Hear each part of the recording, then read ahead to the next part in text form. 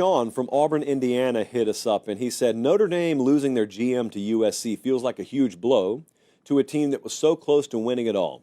What are your feelings on this? So if you missed this, Chad Bowden was the general manager at Notre Dame, and he has taken a job big time higher for USC, a huge pay bump.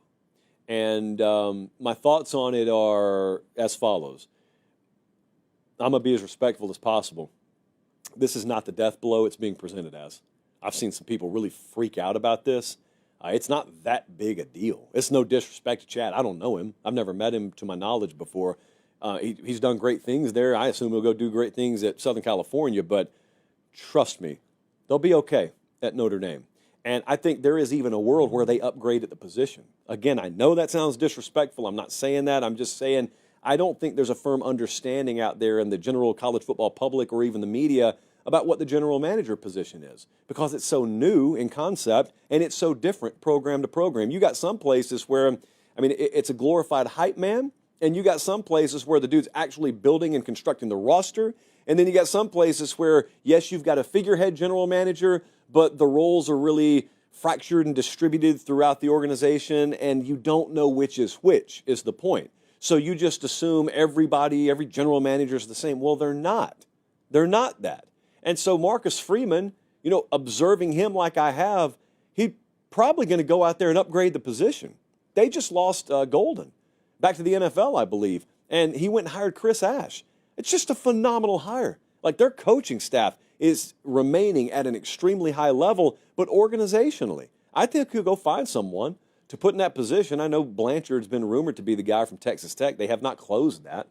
To my knowledge, at least, they have not closed that. But you know what's so important there? What's so important there is the logo on your chest. You know, you hear this a lot. You hear guys that start to inflate their profile or enhance their profile.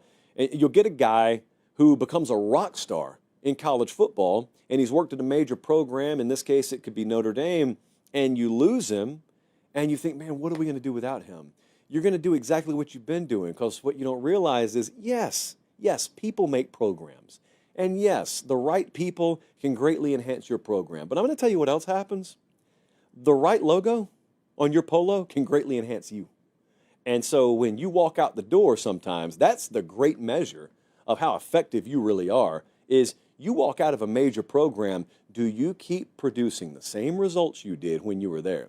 I watched it happen in the South a long time, watching Saban lose personnel guys, and he just maintained his status as the #1 program in America, and coaches steadily coming and going every single year. It's just a revolving door, and you're like, every single offseason, dirty word there, the fan base would get amnesia. He'd lose a coordinator or a couple of coordinators or half his position coaches, and they'd say, oh, we're screwed now. Actually, you're not, because the script A is still on your chest, and it's still being run by Nick Saban, so you're fine. So at Notre Dame, the reason I bring that up is not necessarily to compare Freeman to Saban. That's not fair.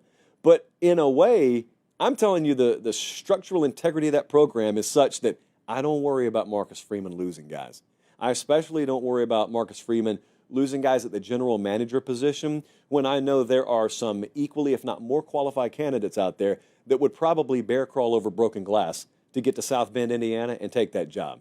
You put that clover leaf, you put that ND on your lapel right now, and you walk into a high school or you walk on any kind of campus, you walk in a room and folks know it means you're Marcus Freeman's general manager, that means a lot. A lot of guys, I think, would want that job right now. Now, I will tell you this. Don't overlook this. Culture is as important at Notre Dame, and fit is as important at Notre Dame as it is anywhere. I would encourage you, go over to Irish Illustrated. Tim Prister did a really good job, I think, summarizing this today, and I agree wholeheartedly with him. The struggle, and maybe it's not a struggle, maybe it's just a challenge. The challenge for Marcus Freeman is they have built probably the best culture in college football right now. I mean, I'm around a lot of programs, and I cannot explain to you in strong enough terms how tight-knit and close together and synergy-fueled this team was this past year. It's just a product of culture. It's just amazing they went as far as they did. And a lot of places give it lip service. I know, I'm around a lot of them. Notre Dame gives it far more than lip service. They're all in on that. They're over the cliff. facing the fan. Every single metaphor you could use, and therein lies the challenge. Because that's special. And most guys don't fit that. Most people don't fit that. When you've got an extremely strong culture, it's rare. Therefore, the right fit for that culture is also going to be rare. I don't care if you're hiring a general manager. I don't care if you're hiring someone to maintain the front desk for you. Finding the right people is an integral part of maintaining a rock-solid culture. And that is his challenge. Filling the general manager spot or hiring Chris Ash as his defensive coordinator, fit. Culture fits. Everybody emphasizes it. Most people are willing to cut corners on it. I don't think he is. The question is always, is there a fit out there in this particular hiring cycle?